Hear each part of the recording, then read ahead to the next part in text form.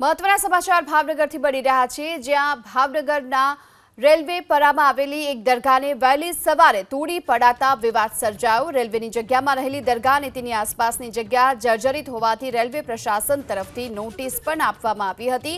જો કે રેલવે તરફથી નોટિસમાં દરગાહનો ઉલ્લેખ નહોતો કરાયો અને આ દરમિયાન વહેલી સવારે રેલવે પ્રશાસને સ્થાનિક પોલીસના બંદોબસ્ત વચ્ચે દરગાહ તોડી નાખી। દરગાહ તોડાતા રેલવે ડીઆરએમ બંગલાની બહાર વિરોધ પ્રદર્શન પણ કરવામાં આવ્યું।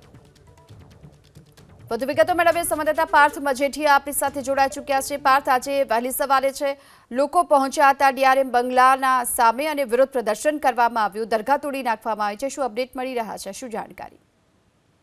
જણાવી દઉં, ભાવનગર શહેરના રેલવે પરા વિસ્તારની અંદર 400 વર્ષ જૂની દરગાહ આવેલી છે કે જેમને તોડી પાડતા વિવાદ સર્જાયો છે। જોકે રેલવે વિભાગ દ્વારા અગાઉ ત્યાં નજીકમાં રહેલ જર્જરિત ઇમારતો છે તેમને નોટિસ આપવામાં આવી હતી, પરંતુ તેની અંદર દરગાહ જે પાડી દેવાની છે તેવો કોઈ ઉલ્લેખ કરવામાં ન આવ્યો હતો અને આજે સવારે જ રેલવે વિભાગની જે કાર્યવાહી થઈ છે તેની અંદર 400 વર્ષ જૂની જે દરગાહ છે તેમને તોડી પાડવામાં આવતા આસપાસના લોકો દ્વારા વિરોધ કરવામાં આવ્યો હતો અને હાલ જે વિરોધ કરી રહેલા જે ઇસમો છે, વ્યક્તિઓ છે કે જેઓ ડીઆરએમ બંગલા પાસે પહોંચ્યા છે અને ત્યાં પોતાનો વિરોધ વ્યક્ત કરી રહ્યા છે। જોકે લોકોની માંગ એવી છે કે પરંતુ રેલવે વિભાગ દ્વારા જે તાત્કાલિક આજે કાર્યવાહી કરવામાં આવી છે તેને લઈને અસંતોષની લાગણી જોવા મળી રહી છે।